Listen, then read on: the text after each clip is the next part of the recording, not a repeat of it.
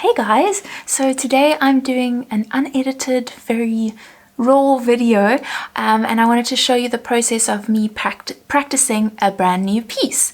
So I'm very excited about it because it's really beautiful. It's called Maureen's Waltz by Katrina Mackay. It's really exciting. During the quarantine time, Katrina has been writing out some of her arrangements, like making them available, ones that she's never done before, and I just love her music, so that's been very exciting. Since her performances have been cancelled, she's had a bit of time, so that's really great. And I ordered 3 of them. One I've already well along the way, and this one I haven't started with yet. And actually, I'm also excited because Katrina is about to release a brand new album. It's available for pre-order already. So I've put in my order. I'm going to get it posted all the way to South Africa. You can only order physical albums. So if you're interested in that, have a look at the link down below, and you can actually watch some snippets in YouTube videos and see if you're interested in ordering it. I'm really excited about it. She's amazing. And then I'm just checking my notes to see what I wanted to tell you. So all I've done so far with this piece is I needed to decide what pieces I wanted to buy, because there's quite a few available on her website. So in order to do that, I listened to the recording of this piece maybe 3 times, 4 times over, and I got the first page as a sample before I was ready to decide, and so I played that sample first page through, I don't know, maybe 3 times or so, and then I chose which pieces I wanted to buy, and I've printed it out, and I haven't tried it yet since then. I think I played like 4 notes, and then I was like, no, Chrissy-Lynn, you have to show this on camera. So this is really the process of me starting to practice a brand new piece. But a little disclaimer, I am very good at sight reading, so I don't want you to compare yourself to me. I am also a very quick learner, and this process is going to be a different pace for everybody, but just because my learning is quick and my sight reading is good doesn't mean I don't have to practice thoroughly. So I thought it would be interesting for you to see the process of me figuring out fingering, and then starting to get a feel for the piece, and then starting to practice it, and we'll see how much I manage to do in half an hour. So I'm going to put a timer on, actually for 25 minutes, so that the video won't be more than 30 minutes, and let's see how it goes. So if you want to have a look at the sheet music, I can't show it while I'm playing without editing this video all fancy, and I wanted to keep it simple. So if you want to have a look at the sheet music while I'm going, you can print out the sample first page. There's a link down below where you can find the sheet music for Maureen's Waltz, and you can print out the first page as a sample and have a look at what I'm doing while I'm doing it. So yeah, let me know if you have any questions along the way, and if you want to see more videos like this. I could continue to film myself learning this piece as I go through the process. Thankfully, I'm a quick learner, because it means that the videos don't have to be too long to show some progress. So hopefully it will be interesting for you to watch. Okay, so I'm going to put on my timer now for 25 minutes. Let's get that started. And I've got my pen and my pencil and my eraser here. I can kind of remember how the piece goes because I just listened to a recording of it again just earlier today to decide whether I wanted to learn this one or the other one. But yeah, let's just do the natural process of what I would normally do. So I do need to work out fingering, but I don't spend time just working out fingering and then just practicing. I kind of need to get a feel for the piece and where it's going, so I'll probably play through the whole thing just kind of sight reading it, or like, it's not really sight reading for the first time, but you know, just playing through it casually just to see where I'm going before I make any final decisions about the timing. So I'm going to do it fairly slowly just so I can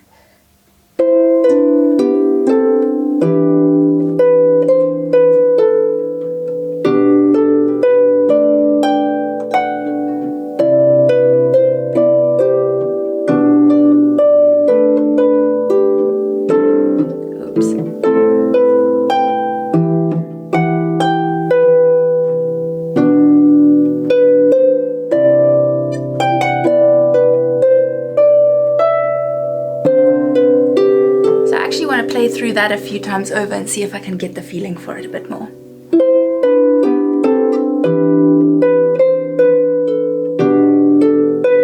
So this is an interesting pattern. And then then I want to get up here.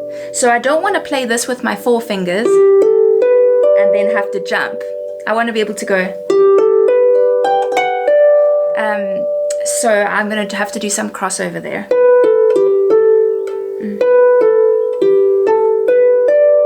So it doesn't feel comfortable to do the cross under where there's a skip between the B and the D.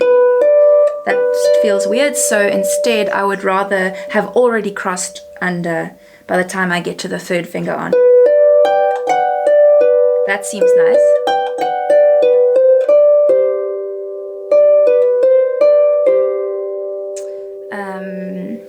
So I need to get to here.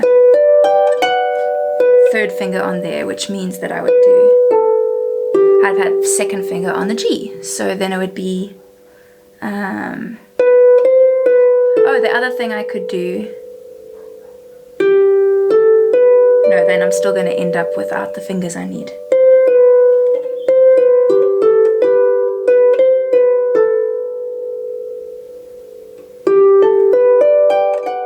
That feels weird though. Maybe that is okay to put my 2nd finger under. It's not ideal, but at least the earlier things don't feel so weird.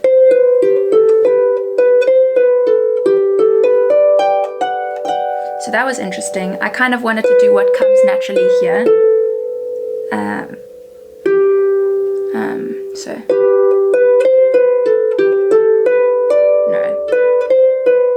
Then I have to skip out my 3rd finger so that I can get my 2nd finger here. Okay.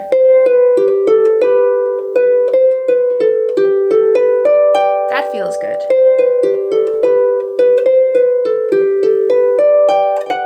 So there's no right or wrong here. It's just weighing up, when do I want to do the crossover? How many fingers in a row are there? What feels most comfortable to me?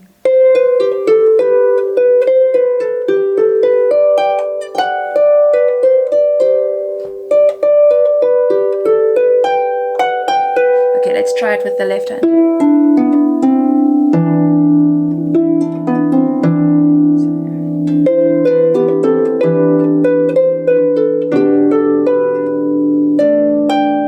That's an interesting rhythm because the first beat is and then on the off beat 1 and 2 and 3, and I love it when she does that 1 and 2 and 3. It's gonna be so beautiful.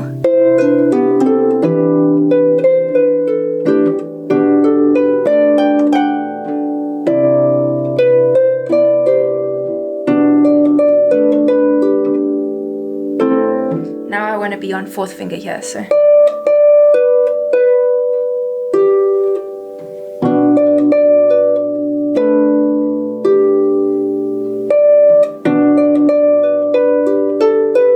or 3rd finger. That feels okay.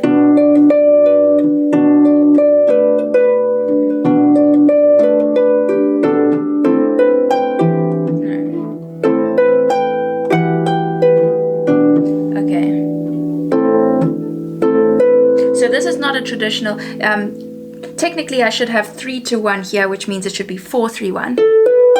But because of how I need to get there from where I was before, I can make the stretch with 3-2-1, and that feels like it's working better here, so I might do that. But also all this fingering could change as I play the rest of the piece and see, are there some things that are similar to this part of the piece but that require slightly different fingering, and then I may come back and change this fingering. So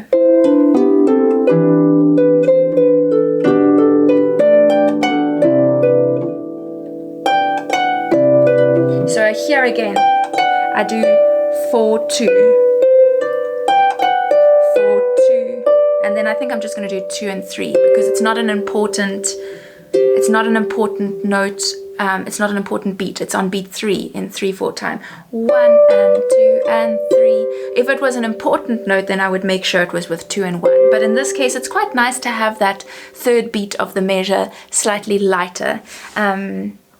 So I'm just going to write in some of those things to remind myself.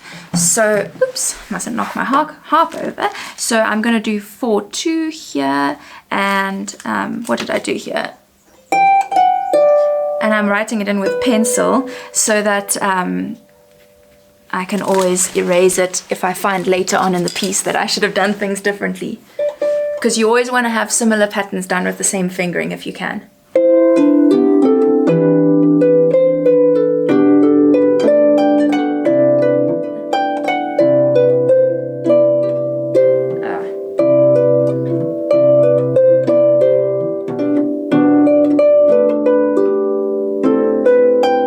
That still doesn't feel very good.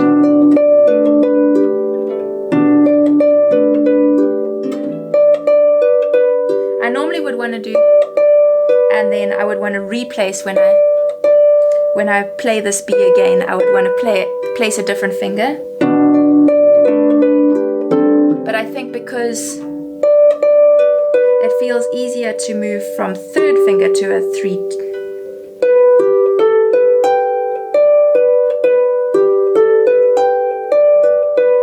Certainly not fourth finger, that doesn't feel easy for me. Okay. Oops.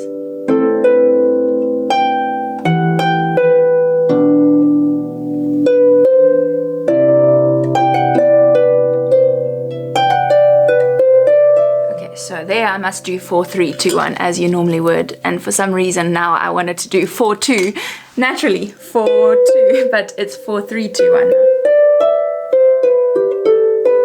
Okay, let's see.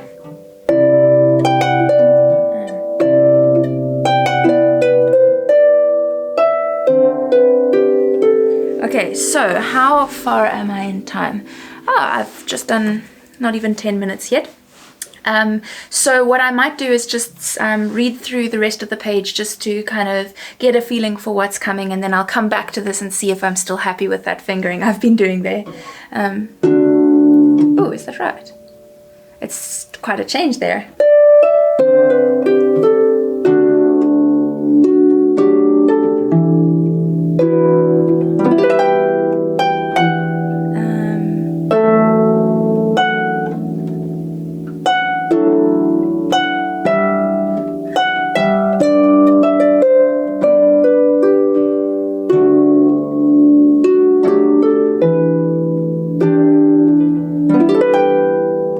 Oh, that's supposed to be soft there. Whoops.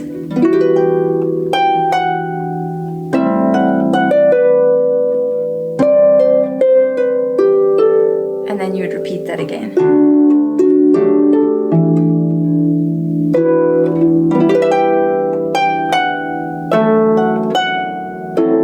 Oh. That's better.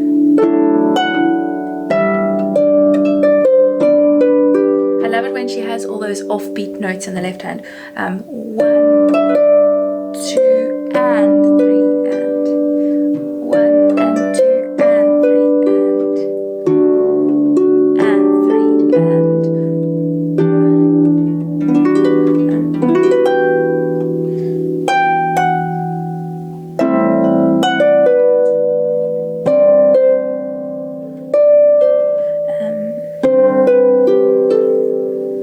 1. Okay. I might skip ahead and see, is there anything else in the piece? I'm sure she comes back to the first melody again, and maybe with some variations. Dum, da, da, da, da, dun, dun, dun, dun, dun, dun. There it is again on the third page. Dun, dun, dun, dun, dun, dun, dun. Dun, dun, dun, dun, dun, dun, dun, dun, dun, dun. Dun, dun, dun, dun, dun, dun, dun, dun, dun, dun, dun. Okay, so that's pretty much the same.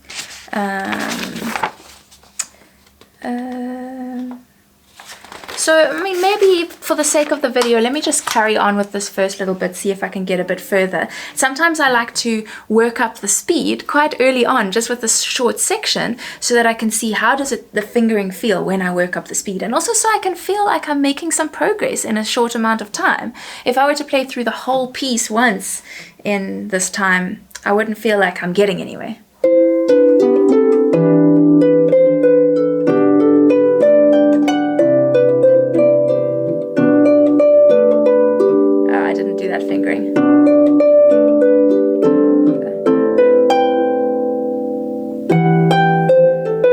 Sometimes you feel like you're going backwards, and that's normal.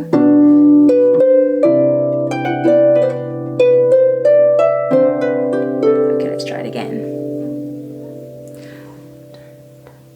That's interesting. I think she should have put a double bar line at the end of the first bar there, because so she has a repeat here, and I think she wants you to go back to here and not back to the very beginning of the piece, because that would make more sense. So maybe I should tell her that's missing out, I think.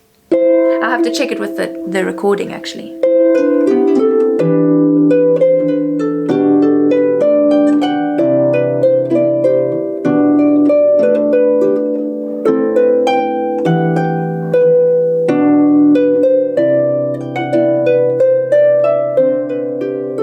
I think it should be. So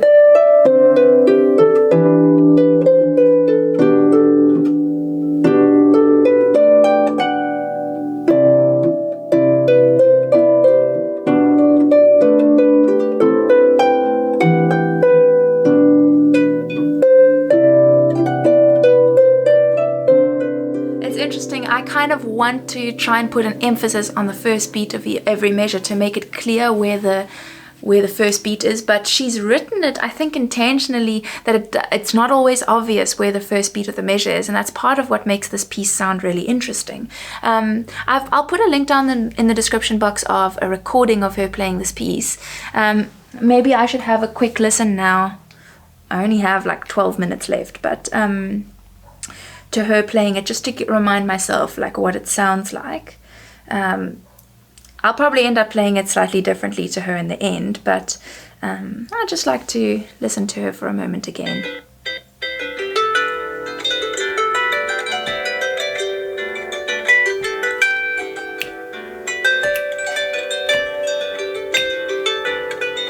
I was wrong. I just assumed I knew that she had made a typo, but she didn't. It's just 1, 2. That's interesting. So she actually repeats with, there's like a bit of a missing measure, because the very first measure of the piece only has 2 beats. So I don't know where that third beat went. Let's just listen to it again.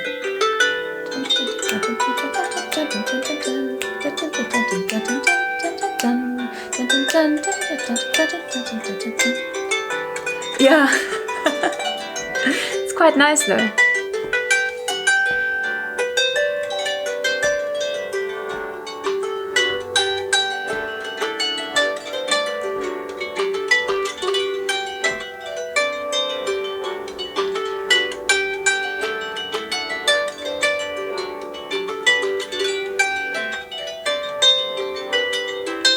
Oh, she's so good.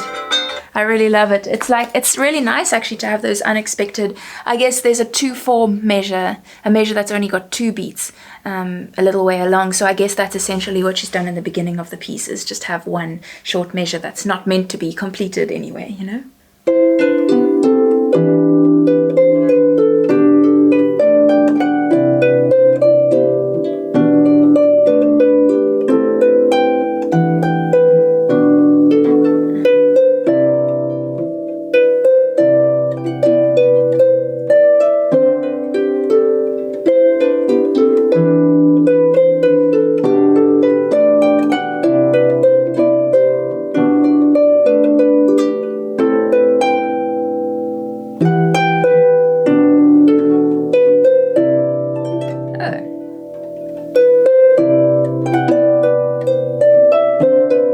Sometimes you are going to have those moments where you feel like you've gone backwards, like something that you were getting just a moment ago now is difficult again. And I think it's just because your brain is growing and processing all of this and taking in more information, and maybe you're slightly speeding up, or you're getting into the feeling of it, but then your fingers aren't quite in the right place. And that's all part of the process. You just got to be patient with yourself.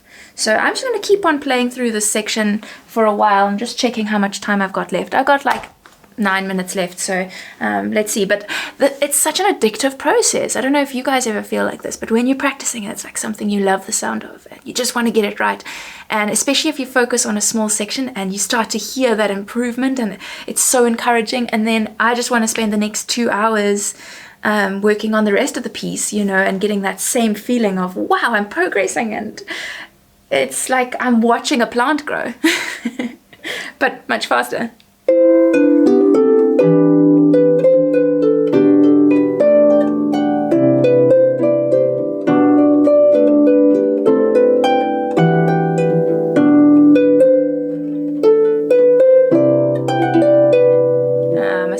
I must get that fingering right, so.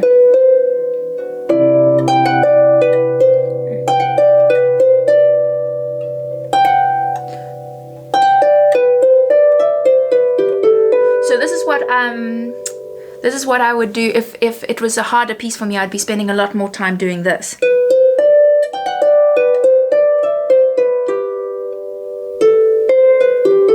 Okay, so then I'm gonna go back and do it again.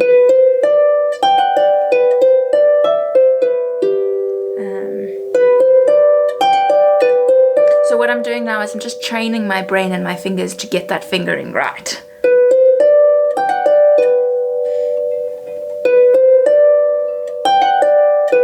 Practicing placing after I land there. Oops. My nails are a little long too. But they don't go past my fingers, so not too bad.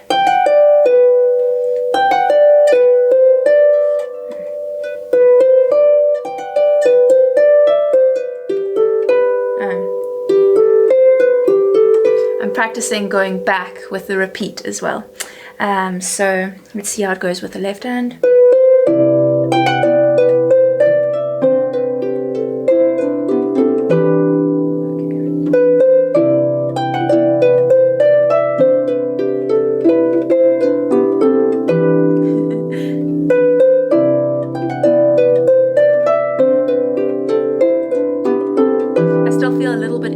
Going from there back to the beginning of the piece. So I'm going to keep on doing this until it feels more like second nature. Oops.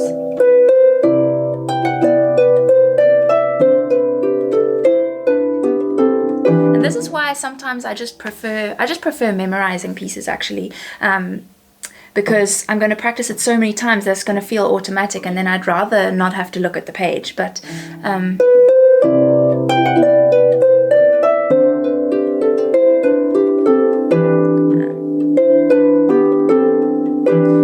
important that I have the same fingering here,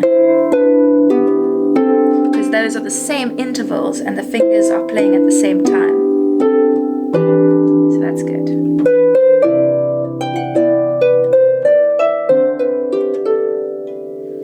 I need to get to that right spot, so okay.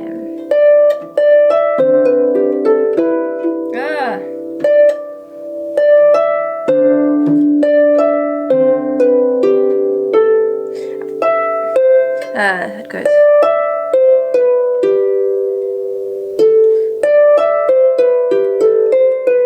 That's the beginning of the repeat again. So I'm just practicing ending off this and then getting the right fingers on the right notes for the next little bit.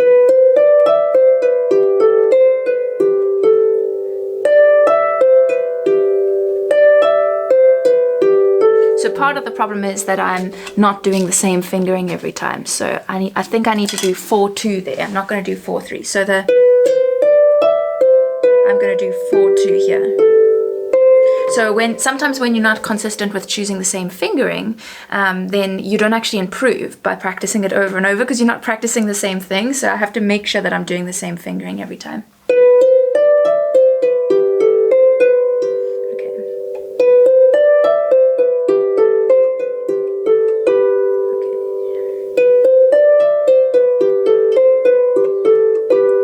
Try it with the left hand.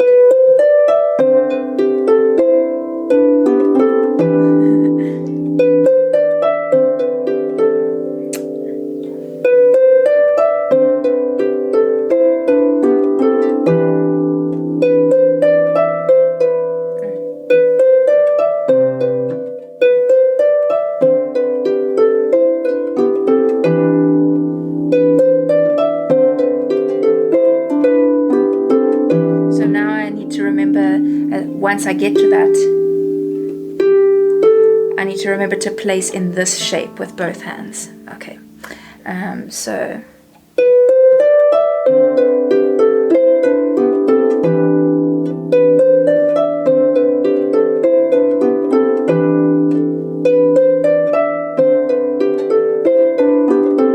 I'm not exactly getting that placing every time. That was better.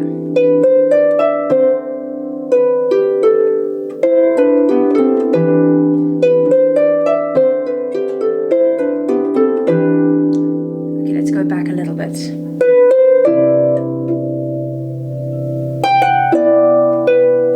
I have to remember what happens.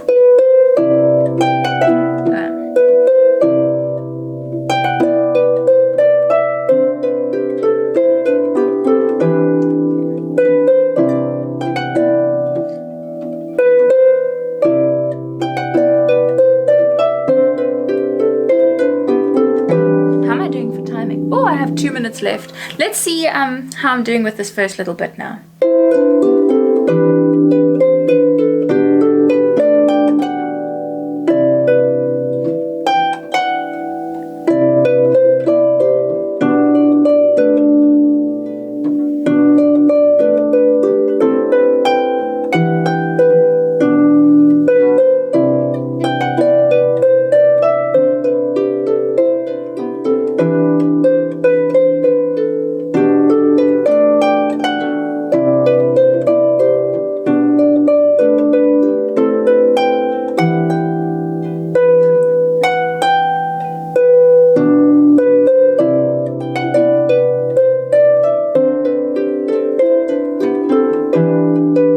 Like a loop, I'm playing it over and over.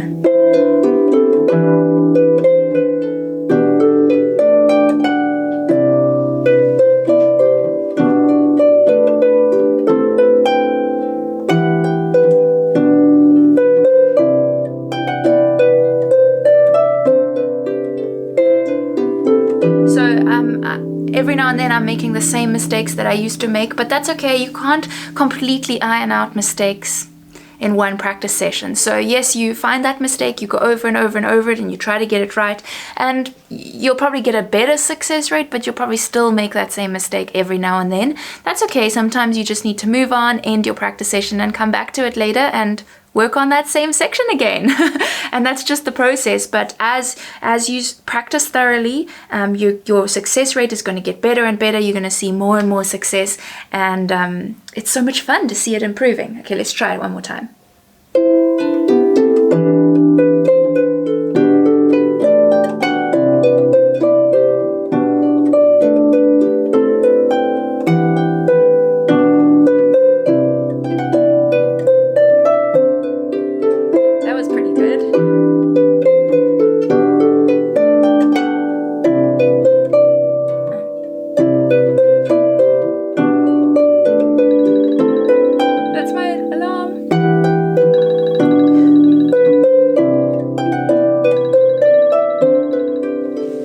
Let's stop that alarm.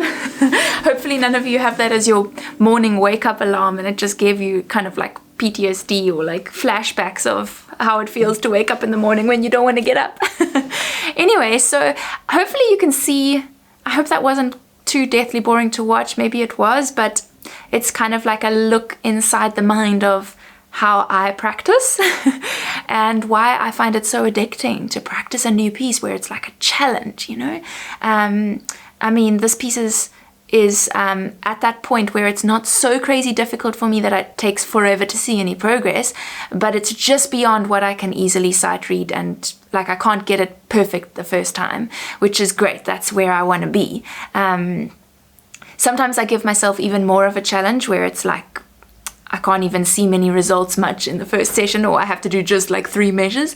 But this is at a nice place for me where I can kind of get an idea of the piece when I'm first reading through it, but I really need to put in that thorough practice to build up the speed and to get the fluency. So let me know if you want to see more of me practicing Maureen's waltz. Remember to check the link down below if you're interested in getting Katrina's new album. I'm so excited, and she said she might even write out some of the arrangements from that new album, and then I might be able to